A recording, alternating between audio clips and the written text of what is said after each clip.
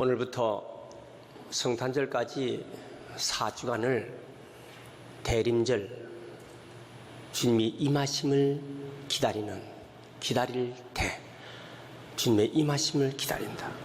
대강절, 주님의 강림하심을 기다린다. 그래서 이번 주부터 4주 동안을 교회일로는 우리가 기다림의 절기가 됩니다. 사실 우리의 일생은요, 기다리는 삶으로 우리의 일생은 연속되는 것입니다. 무엇인가를 기다리는 거예요. 희망을 가지고 기다리는 것입니다. 결국 그 기다림의 연속이 우리의 일생이에요. 그런데 연령에 따라서, 환경에 따라서 그건 다양합니다. 결혼 정년기에 있는 젊은이들은 사랑하는 사람을 기다립니다. 그리고 아기 낳은 엄마는 자기 아기가 빨리 성장될 것을 기다리면서 그 아기를 키우는데 전력을 다합니다. 병원에 입원한 환자는 빠른 회복을 기다리려고 그 소망을 가지고 있습니다. 집 없는 서러움에 살던 사람, 자기의 새 집으로 이사할 날을 기다리면서 어려워도, 지금은 누추해도 새 집으로 이사할 날을 그렇게 기다리고 있습니다. 자, 우리가 교회력으로는 우리 성탄절을 앞두면서 매 시간 우리는 하나님의 임재를 기다리고, 오늘 예배도 마찬가지예요. 우리가 하나님 성전에 올 때 기다림에 소망을 가지고 기다리면서 그 마음을 가지고 오늘 분주히 오늘 주일을 준비하면서 예배당까지 왔습니다. 여러분, 사실 하나님은요, 우리의 기다림에 축복해 주시는 것을 믿으셔야 됩니다. 무엇을 기다린다? 그 말은 소망이 있는 거예요. 자녀가 지금 부모의 뜻대로 되질 않아요. 내 마음대로 되질 않아. 그래도 자녀를 바라보며 기다리는 거예요. 내 사업이 내 마음대로 안 돼. 그래도 기다리는 거예요. 그러면서 최선을 다하는 거예요. 그날이 올 때까지. 여러분, 오늘 우리가 기다림이 없어진다, 더 이상은 기다릴 필요가 없다, 그러면 절망이에요. 사실 우리 생에 기다림이 있는 것 때문에 꿈을 키우는 거예요. 그 기다리면서 이제나 어제나 이 소원이, 그 소망이 꼭 이루어지길 원하면서 오늘도 예배를 드리시는 우리 모두가 되시길 바랍니다. 군대에 보낸 아들, 어머니는 그 아들이 속히 안전하게 잘 군 복무를 마치고 돌아올 때까지 기다립니다. 해외에 나가서 파견되든가 해외 근로자로 나가 있는 가족, 집에 있는 가족 식구들은 잘 일을 하고 빨리 돌아오기를 기다립니다. 여러분, 오늘 우리 모두 이 기다림이 사실은요, 행복해야 되고, 기다림 소망 속에 우리의 삶이 절망하지 말고 소망으로 살아가시는 우리가 되시길 축원합니다. 크리스마스, 성탄절, 우리 기다리는 거예요. 그런데 이 신앙생활의 기쁨은 무엇을 기다리냐?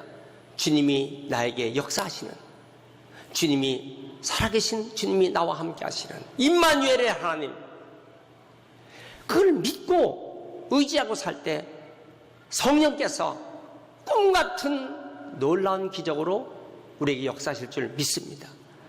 지금은 힘들고 지금은 어렵고 그렇지만은 반드시 좋은 일을 하나님 우리에게 허락해 줄 줄 믿습니다. 그래서 오늘 말씀은 18절에 보니까 생각하건대 현재의 고난은 장차 우리에게 나타날 영광과 좋게 비교할 수 없도다. 지금은 고난이에요.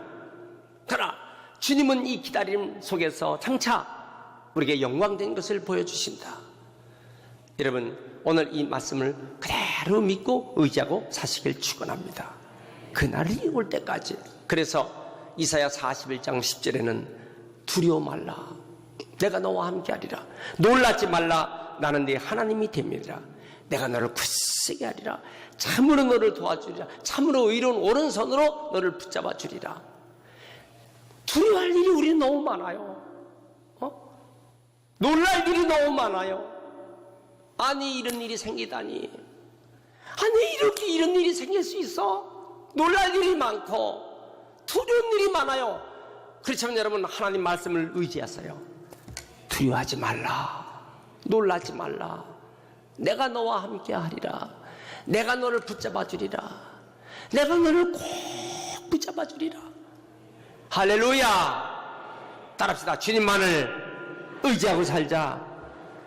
할렐루야. 믿음으로 살아가야 돼요. 고난당하는 이스라엘 백성들 마찬가지였어요. 얼마나 힘들고 어려웠는지. 그래서 스바냐 선자는 스바냐 3장 16절에 그날이 오면 사람들이 예루살렘에서 말할 것이다. 시온아, 두려워하지 말라. 힘없이 팔을 늘어뜨리고 있지 말라. 주 너의 하나님이 너와 함께 계신다. 할렐루야. 여러분, 용기를 내세요. 어깨 좀 피세요. 허리 좀 피세요. 오른손 들고 주여, 기다림에서 소망으로 승리하도록 도와주옵소서. 그날이 오면 너희가 말할 것이다. 그날이 오면 나에게도 이런 웃을 날이 있나. 밤낮 그런 염려와 근심 속에 사는 나에게도 정말 활짝 핀 날이 올까? 옵니다. 여러분, 믿습니까? 여러분, 언제나 아무리 어려도요, 정말 주님을 사랑하세요. 꿈속에라도 주님 우리를 나타나셔서 해답의 길을 열어줄 줄 믿습니다. 살아계신 하나님이기 때문에. 히브리서 11장에 보면 기라성 같은 믿음의 사람들 나옵니다. 아브라함을 비롯해서 수많은 믿음의 선진들이 소망 가운데서 현실을 이겨내는 거예요. 하나님은 나를 인도해 주신다. 하나님은 나를 붙잡아 주신다. 그래서 우리가 열심히 예배에 참석하는 거예요. 그래서 하나님 말씀을 부지런히 읽는 거예요. 읽다가 하나님 말씀 중요한 곳이 있으면 하나님 이렇게 말씀하셨군요. 거기다 표시를 합니다. 때로는 붉은 펜으로도 언더라인을 쳐서 표시합니다. 하나님, 이 말씀대로 그대로 내게 이루어 주옵소서. 그렇게 살았던 것이 링컨이 그랬어요. 기도한 중에 하나님께서 감동을 줬잖아요. 어린 소녀, 피부 색깔이 검다고 노예시장에서 팔려나가는, 엄마하고 떨어지지 않으려고 몸부림치는 그 딸, 흑인이라고 하는 아프리카에서 잡아온 그 흑인. 하나님은 똑같이 피부 색깔에 의해서 흑인이나 백인이나 황인종이나 같은데 왜 저렇게 될까? 하나님 기뻐하시는 일이 아닌데. 노예를 저렇게 하면 안 된다. 노예가 강아지만큼도, 망아지만큼도, 노새만큼도 못하게 저렇게 팔려나가고, 저렇게 불두장을 어깨에다 찍고 배에다 찍고 이마에다 찍고 내 것이라고 찍어놓고 주인이 칼로 죽이기도 하고, 이럴 수는 없잖는가. 이건 하나님 뜻이 아니지. 노예를 해방시키자. 안 된다. 해방시킬 수 없다. 목화농사 누가, 밀농사 누가 안 된다. 이건 하나님이 원하는 게 아니다. 하나님 뜻대로 노예를 해방시키자. 결국 전쟁이 붙은 거 아니에요. 남북전쟁이 붙은 거예요. 그렇지만 하나님은 누구 편이에요? 하나님의 뜻을 행하려고 하는 사람 편에서 결국 흑인은 노예가 아니라 해방이 됐어요. 그렇지만은 예배당에 개와 흑인은 들어올 수 없음. 음식점에 개와 흑인은 이 식당에 들어올 수 없음. 흑인이 해방이 됐으나, 노예로 해방은 됐으나 이 안타까움을 하나님만 아시죠. 말틴 루터 킹 목사는 아니다. 우리는 꿈이 있다. 한 테이블에서 백인과 흑인이 함께 식사하고 피부 색깔에 의해서 사람을 판단하는 것이 아니라 그 사람의 능력에 의해서 판단하는 시대가 반드시 올 것이다. 우리는 꿈을 가졌다. 외치고 나가는 그 시대에 오바마 대통령은 2살이었어요. 젖먹이로 어린 오바마 2살 때 마르틴 루터 킹 목사는 흑인도 하나님의 능력에서 판단될 날이 온다. 드디어 여러분, 흑인 대통령이 오바마 대통령이 됐을 때 어떻게 이런 일이 역사상 생길 수가 있느냐 그 말이에요. 여러분, 우리가 하나님 뜻 안에서 예수 그리스도의 이름으로 기도할 때요, 못 이룰 것이 없어요. 믿습니까? 지금 고난을 당하고 힘들고 어렵다고 낙심하지 마시고 이 기다림 속에서 행복함을 갖고 기다림 속에서 복된 일생을 살아가시는 귀한 성도가 다 되시길 축원합니다. 자, 우리는 고난 당할 때 모든 걸 깨우치게 됩니다. 참, 사람은 이상한 존재예요. 사람은 평상시는 몰라요. 사람이 철이 없어. 좋을 때는 절대 철이 없어. 그런데 고난을 당해야 깨닫게 돼. 고난을 당해야 깨우침 받고 그때 머리가 열려요. 이게 참, 인간은 다른 방법이 없어요. 그러니까 이 고난을 통과시켜야 되는 것이에요. 그러니까 그렇게 말썽 부리는 아들, 군대 갈 날만 기다리잖아요. 군대 갔다 오면 사람이 된다. 왜요? 군대 갔다 와서 막 아침 새벽부터 구보시키고 밥 먹는 것도 막 한순간에 다 먹어치우고 그 강한 훈련만, 전방, 초소, 보초로 있는 이런 보초를 쓴 사람은 뭘 기다려? 추위만 기다립니까? 어떤 일이 생길지 모르니까 두려움이죠. 자기 목을 언제 잘라갈지 모르니까 말이에요. 그러니까 막 긴장해서 새벽이 올 때까지만, 보초 교대할 때까지만 기다리는 거예요. 이런 데서 군대에서 훈련받고 나오면 그게 철이 난단 말이에요. 처녀들도 그래서 시집가서 자식 낳고 보면 그때 철이 나는 거예요. 그 전까지는 몰라.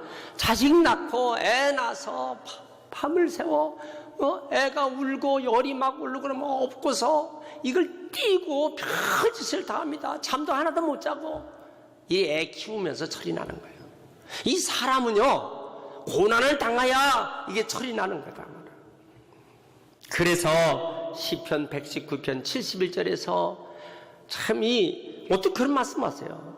고난 당한 것이 내게 유익이라. 이로 인해 내가 주의 윤례를 배우게 되었다.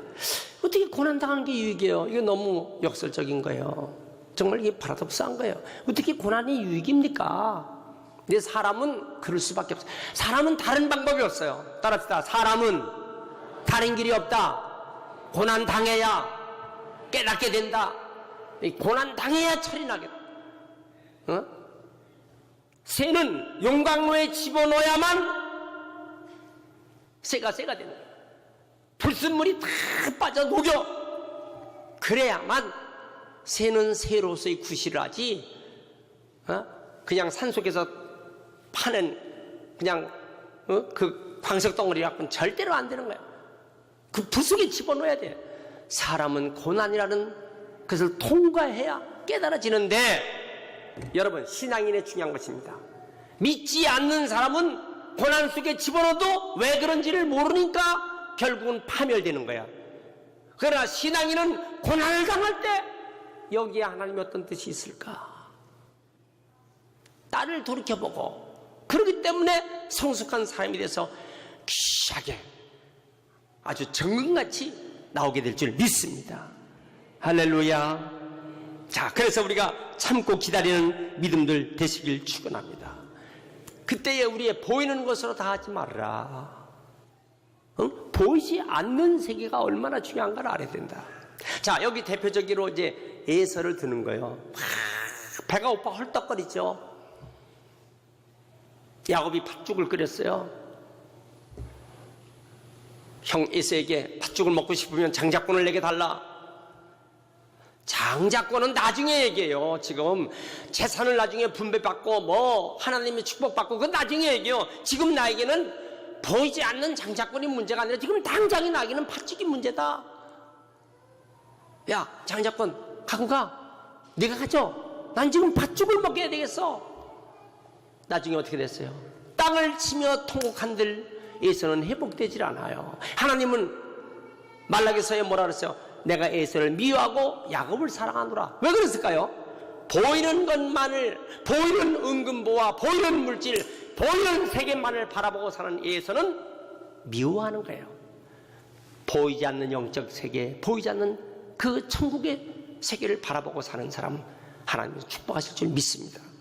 그래서 히브리서 12장 15절에 보세요. 너희는 돌아보아 하나님의 은혜에 이르지 못하는 자가 있는가 두려워하고, 또 쓴 뿌리가 나서 괴롭게 하고 많은 사람을 이로 말미암아 더러움을 입을까 두려워하고, 음행하는 자와 혹 한 그릇의 식물로 하여 장자의 명물을 판 에사와 같이 망령된 자가 있을까 두려워하라.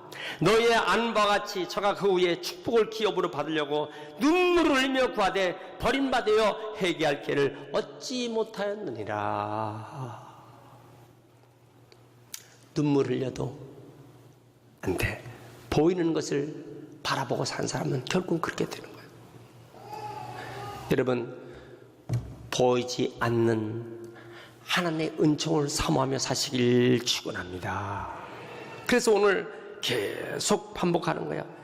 생각하건대 또 생각해보면 현재의 고난은 장차 나타날 영광과 좋게 비교할 수가 없도다. 고난은 다 누구나 있는 법이에요.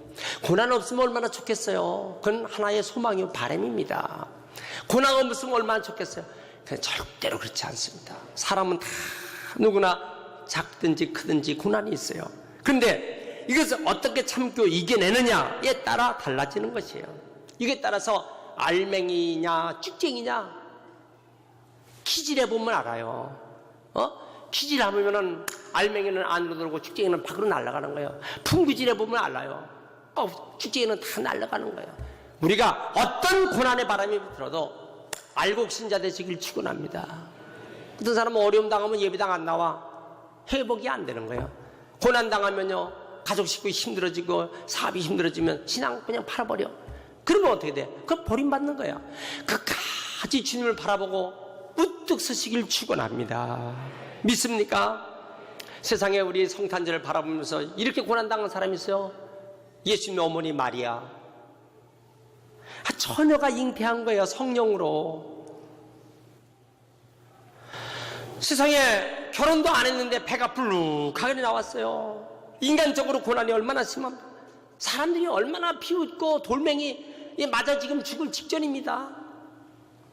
그런데 어떻게 했어요? 마리아는 끝까지 참고 하나님의 역사를 기다렸어요. 여러분, 이 지구상에서 가장 위대한 여인은 누굴까? 마리아입니다.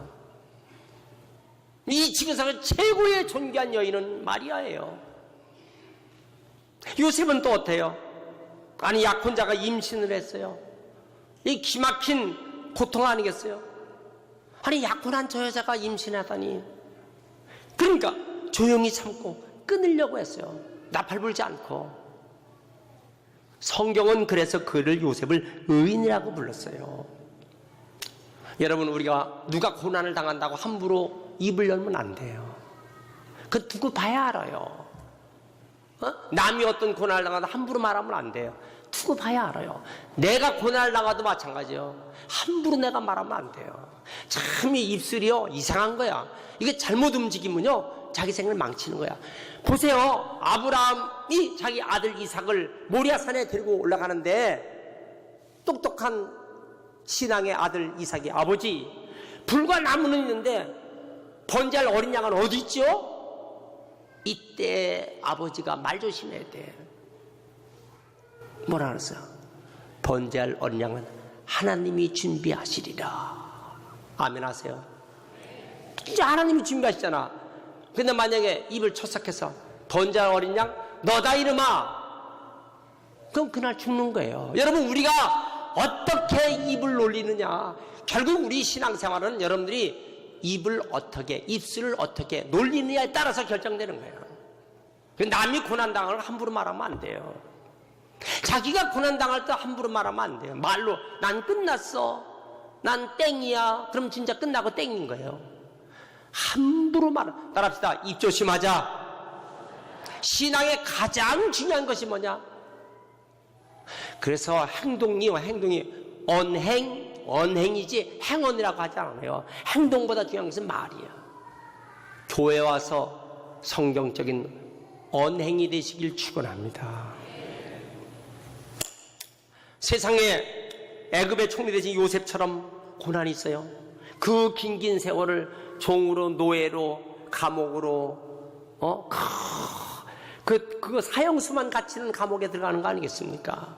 그 나중에 애굽의 총리가 됐어요. 굶주림에 더 이상 기다릴 수 없는 형제들이 왔잖아요. 곡식을 구하러. 근데 놀라운 얘기 하지 않습니까? 창세기 45장 5절이요. 하나님이 당신들을 보다도 먼저 앞서 나를 보내신 것은 당신들을 살리려고 이렇게 보냈지 당신이 나를 팔아서 그런 것이 아닙니다. 이 하해와 같은 이런 넓은 마음 가진 사람, 이게 영적인 사람이거든요. 눈물의 선자 예레미야가 뭐라 그랬어요? 예레미야 10장 19절에 슬프다 내 상처에 내가 중상을 당하였도다. 내 마음에 중상당했어요. 내 육신에 중상을 당했어요. 그러나 내가 말하노라 이는 참으로 나의 고난이라 내가 참아야 하리로다. 따라합시다. 내가 참아야 영광을 본다. 믿습니까? 참아야 영광을 본다 그 말입니다. 우리는 고난을 원망으로 해결될 수가 없어요. 피한다고 해결이 안 돼. 도망가서 해결이 안 돼. 성내도 안 돼. 분내도 안 돼. 고난을 우리를 깨닫게 하는 거야. 하나님의 섭리를 기다리고 참아야 돼요. 프로비덴스, 비디오, 보여주는 것을 먼저 고난으로 우리에게 보여주는 섭리를 프로비덴스라고 하는 것입니다. 히브리 사람들은요, 아니마민 이런 말을 씁니다. 한번 따라합시다.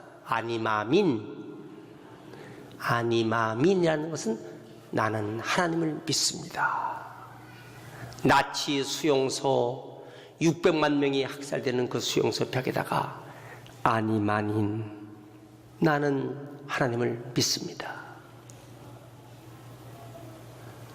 구름이 져서 해가 안 보인다고 해가 없는 것이 아닙니다. 수용소 속에 캄캄한 방에 갇혔다고 해가 안 보이는 것이 아닙니다. 해는 여전히 비치듯이 나는 하나님을 믿습니다. 여러분, 아니만인 신앙 되시길 축원합니다. 믿습니까? 여전히 하나님은 나와 함께 하신다. 하나님은 나와 함께 하신다. 어떤 사람이 탄광에 갇혔어요. 광부들이 거반 다 죽었어요. 실제로 나중에는요, 다 죽었는데 딱 한 사람 살아 구출됐어요. 근데 그 사람이 어떻게 됐어요? 그 광부 내에서 하나님께 기도한 거예요. 하나님의 구원을 기다립니다. 하나님의 구원을 기다립니다. 그런데 그 갇혀있는 갱도에 비가 와서 비가 구멍을 뚫고 위로부터 밑에까지 빗구멍이 생겨나고 산소가 공급이 된 거야. 그래서 그 사람은 몸은 지금 다 그 탄광 속에서 갇혀있지만은 숨을 쉴 수가 있어. 결국은 구출됐어요. 끝까지 하나님을 의지하는 사람은요, 살 길이 열리는 것이에요. 뭐 이런 것은 얼마나 많습니까? 우리는 그 일제시대의 상황을 영화로 본 것을 가끔 보면요, 그렇잖아요. 여러분, 일본 앞잡이가 왜 생깁니까? 일본 앞잡이가 그냥 꼭 일본 좋은 표현은 안 해. 일본 똥이래. 일본 앞잡이 그 색출해서 독립운동하고 독립군들 갖다 다 고발해서 죽이게 하고. 그런데 우리 독립군들은 뭐예요? 우리나라 좋은 사람들은 우리가 독립할 날을 기다린 거야. 독립할 날을 기다린 거야. 성도들이 독립할 날을 기다려요. 드디어 여러분 1948년 8월 15일 이거 생각해 보세요. 우리가 해방이 되는 날 일본 앞잡이로서 우리 독립군들 독립운동하는 사람을 다 고발해서 죽게 한 그 사람은요, 재판받아가고 결국 나중에 사형당하잖아요. 그러면 이거 아셔야 돼요. 그러면 일본의 그 앞잡이 된 사람이요, 어수룩한 사람 아닙니다. 일본의 앞잡이들은 똑똑한 사람이에요. 근데 이 똑똑이 뭐야? 헛똑똑이야. 앞을 보지 못하는 헛똑똑이기 때문에 결국은 사형당하는 것입니다. 이거 아셔야 돼요. 우리가 하나님은 우리나라를 독립시킨다, 반드시 독립이 나는 사람은 누가 일본의 앞잡이가 되겠어요? 이걸 볼 수 있는 눈이 없으니까 그렇게 당하는 거예요. 여러분, 살아계신 하나님은 우리와 함께 하심을 믿습니까? 악의 앞잡이가 돼서는 안 돼요. 흑암의 앞잡이가 돼서는 안 됩니다. 참고 기다리는 자, 큰 그릇은 대기만성이라고 그랬잖아요. 기다려야만 큰 그릇이 되는 거예요. 큰 그릇이 그냥 금방 되질 않아요. 기다려야 합니다. 여러분, 소망 가지고 기다리시길 축원합니다.